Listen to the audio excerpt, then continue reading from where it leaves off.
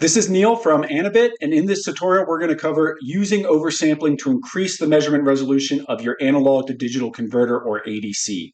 And what's so nice about oversampling is it can be done in software. So you can squeeze more resolution out of your ADC circuit without having to change your hardware. All right, let's get started. Okay, to do oversampling with your ADC, you need two main ingredients. The first one is quantization error, which is nice because every ADC has quantization error. Quantization error, if you're not familiar with it, is the fact that an ADC can only return a discrete finite digital value or code for a measurement, but an analog signal that the ADC is measuring can have an infinite number of values. So you're losing information, and that's what quantization error is. And Anabit has a tutorial on quantization error if you want to look more into it. I'll put a link in the video description.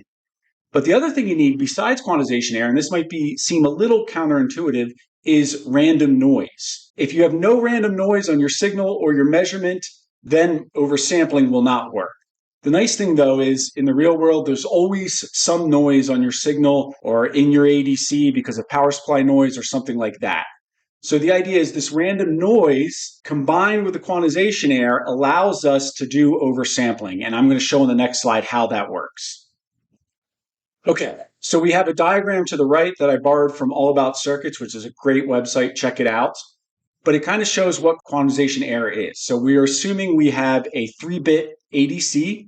And if we have a 3-bit ADC, that means we have 2 to the 3, which is 8. So we have 8 discrete levels or codes we can return for whatever analog value we're measuring, right? And we can see the analog input is represented as fractions on the bottom, and then we have the codes here on the left. Now, quantization error is 1/2 least significant bit. So the smallest bit we can measure, we take that as 1/2. And basically, the least significant bit is the individual codes or these steps, right? So worst case is a signal falls directly between two least significant bits. So we're going to have at most 1/2 least significant bit error, and this is called quantization error, right? So let's assume that we have no other error sources in our ADC. We have a nice ideal ADC. All we have is some quantization error, and then of course we have this nice clean signal represented in yellow here. So here I have a DC signal that's between two quantization levels, right? So 100, which is a decimal 4, and 011, which is a decimal 3, right? So that signal is falling right between those two levels. Now, if we were to look at this on this chart, we can see 100 and 011. That means our signal is falling right here on this rising point of the step. And so when the ADC measures this, it's going to return one of these values depending on the ADC's architecture. But the idea is we're going to have error. We know we're going to have error, even though this is an ideal ADC and an ideal signal, because we have only a finite number of levels and the signal's falling in between two levels. So we're automatically going to have some error. Now, in real life, though, we're going to have noise in our measurement, right? So there's going to be noise on the signal, there might be noise in our ADC, and there's going to be always some random noise. It's in every circuit, it's everywhere. If we bring in this blue squiggly line, which I drew to represent random noise on our signal, so think of the blue lines as our real signal, and if we averaged over this whole blue squiggly line, we would get this yellow line. That is the average of this blue signal that has random noise on it. Now, with this noise on here, if we measure time slices where this noise is present, we're actually going to get changes. We're going to jump between the different levels depending at what point in time we make a measurement. So let's make 4 measurements. And these measurements for oversampling, they need to be equally spaced measurements, right? So we have some type of sample period for ADC. The measurements are equally spaced. We average them together is the way we're going to take advantage of oversampling, is averaging multiple measurements together. So let's say we do our first measurement right here, and it lands in time on this chunk right here. So it's going to return a 4. Then let's say our next measurement lands right here. It's going to return a 3. Then our next one lands right here. It's going to return a 3 again because that's the level we're closest to. We're no longer in the middle. And then our last one's right here, it's going to return a 4.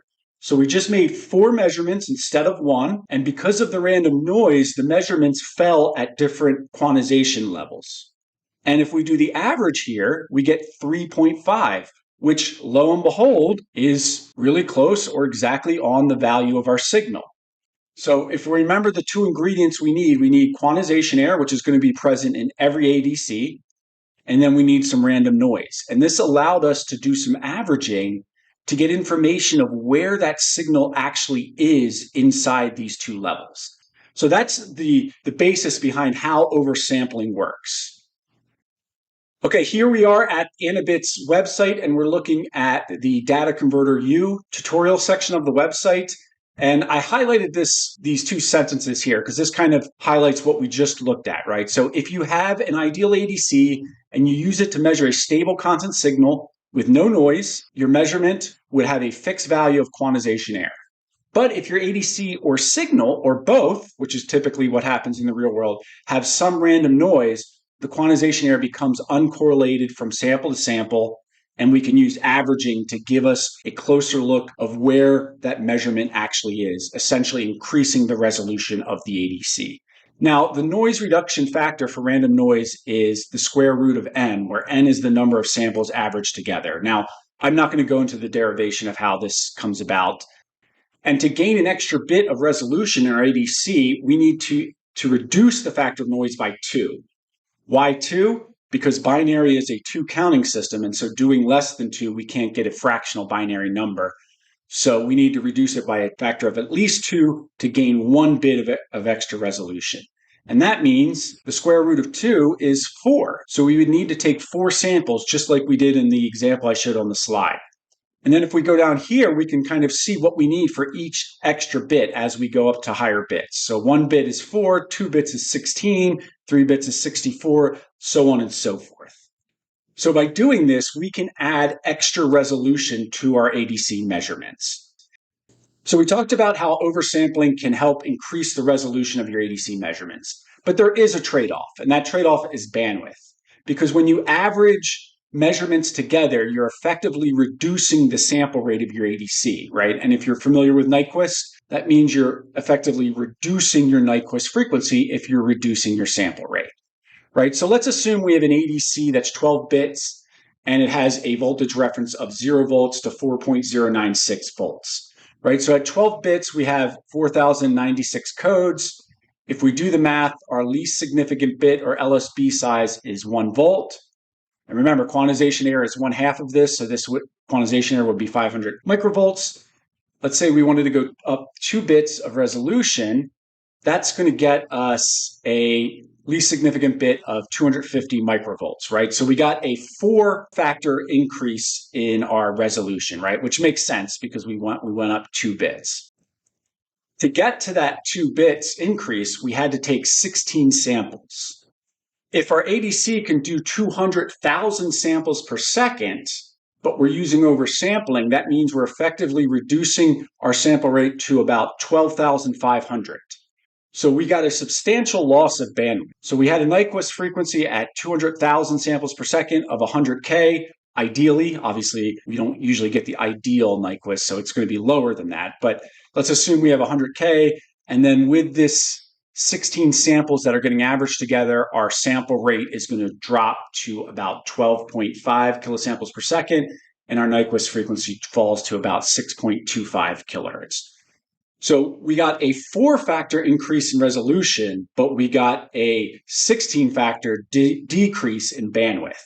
Now, if you have a fast ADC and you don't need that extra bandwidth, then it doesn't matter, right? That oversampling is the way to go for you. But if you need that certain level of bandwidth, then you can't do oversampling. And also remember, if you're using your ADC for different frequencies, and maybe some of them you're doing oversampling and some of them you aren't, you might have to get an adjustable anti-aliasing filter, right? Because your Nyquist frequency now becomes a moving target. And if you just have a single value anti-aliasing filter, that could cause some issues. Once again, it depends on the signal you're measuring. All right, let's see a demo where we can see oversampling in action and see its benefits in the real world. Okay, we're looking at Anabit's open source Flex dual channel ADC plus front end. So this is a product you can find on anabit.co. And the idea, this is a 14-bit ADC. The ADC is actually right here, 14-bit ADC. And there's basically 2 channels, but that doesn't matter for this demo. And this Down here is the anti-aliasing filter and front-end op-amp. And then basically this ADC uses SPI communication. So the SPI clock sets its sample rate, and then we'll read data using an ESP32 Arduino to read the data from the ADC. Now you can see two different clips here. One of them is the actual signal, and the example signal we're going to use is about 1.5 volts DC. And then the other connection here is my high resolution digital multimeter, which kind of gives us the real feel or the real value of the signal that we're measuring for reference purposes. Okay, so let's dive into the demo. Here I'm showing the Anabit board. There's our ESP32 that's controlling it. And here is our high accuracy DMM. So I have a voltage source that's putting out this 1.5 volts, and we can see that it's not perfect because our high resolution, high accuracy DMM is telling us it's off about 4.8 millivolts if we assume that this is the source of truth. So we're going to assume that this is the value of the voltage, and we're going to see oversampling in action with our 14-bit ADC. But I'm also going to show how oversampling is working on this DMM. So this DMM probably has a 24-bit ADC sigma delta architecture, and it uses oversampling. So right now, the ADC is set for a measurement time of 10 PLC, which means 10 power line cycles of 50 hertz or 60 hertz. So it's doing a bunch of measurements there, then it averages them together using oversampling. Notice that we have down to microvolt resolution showing on the screen. But the first thing I'm going to do is I'm actually going to change it so it's measuring faster and not as many samples. So if you see, I just reduced it to 1 and then 0.2 PLC, and you can see we lost a digit of resolution. It's only showing to 10 microvolts. And my whole point of showing this is the fact that this DMM is using oversampling. And when I change the measurement time, which changes how many samples are being oversampled, we lost resolution because the DMM is doing the math on how much useful resolution it can show. So this is an example of oversampling in the real world in action. So I'm going to put it back up to 10 PLC. We can see we have about 4.8 millivolts of error. So I'm doing a bunch of readings here. I'm doing some oversampling. I'm doing one reading that's not oversampling, and then I'm doing 16 readings, and I'm averaging together for oversampling. So I just repeat this over and over on a timer. And I'll let this play out so we can get all of our samples in there. So let me stop right there. So first what happens is the ADC, I do a single measurement of the same signal we just saw in the DMM. I then do a short delay, and then I do 16 measurements, average them together, and then I delay for 2 seconds, and then I take another single reading, and then I repeat the oversampling, right? So I want to compare this single reading to my oversampling readings. Right, so this is a 14-bit ADC, and if I have a 14-bit ADC, as we just saw on the website I was showing, we have a least significant bit width of 250 microvolts. And then, of course, if we're doing oversampling by 16, that means we're going to get 2 bits of extra resolution, ideally 2 bits of extra resolution, which would be 16 bits, which gives me a factor of about, I think, 62.5 microvolts for my least significant bit. Now, one thing I want to show you right away is here we have 5 millivolts 3/4. So we know the true value that we saw in the DMM. Then this next signal measurement, we get really close to what we were seeing on the DMM.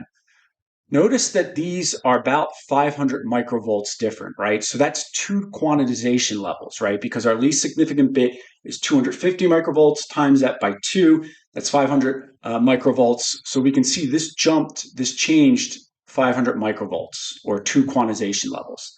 Then we change again. We can see this time it basically changed 1 quantization level, 250 microvolts. Stayed the same here, stayed the same here, jumped higher, stayed the same, jumped even higher.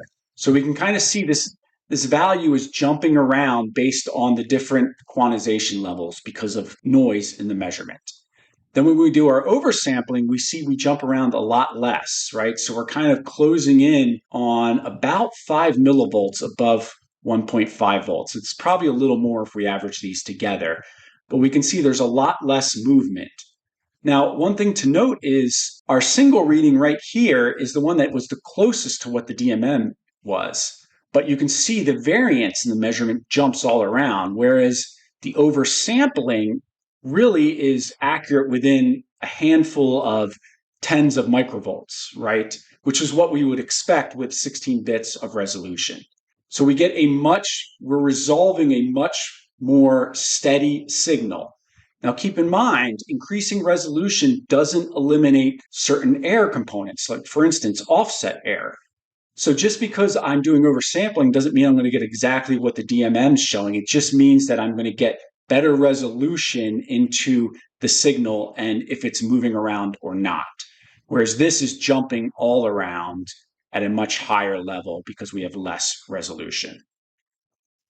Okay, and that leads into this. What errors oversampling can reduce? It's basically quantization error, right? So you have random noise, and that can lead to error, but we're taking the fact that this noise is random with the fact that we have quantization, and the averaging basically eliminates what's known as quantization noise, which is the combination of quantization error and noise in the circuit.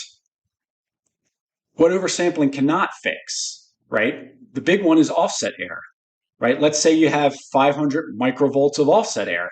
500 microvolts of offset error is going to be in every single measurement. So if I take 4 or 16 measurements, I average them together, the offset error is still going to be there, right? So that's why we got better resolution into the steady signal, but we still saw that we were not exactly what the DMM was because there was other error sources. Now, to get rid of offset and gain error, you can use what's known as the 2-point calibration method. So if we were to combine oversampling with the 2-point calibration method, we probably would have had a value that was really close or exactly what the DMM was showing. All right, and just to conclude, I'll have a link to these resources on the video, as well as you could go to this webpage if you want. But in this tutorial, what we looked at was the benefit of oversampling, right? Oversampling has two main ingredients to make it work. It has quantization error, which every ADC has, and the fact that there's going to be random noise in our measurement. We can combine that to get better resolution through averaging samples together.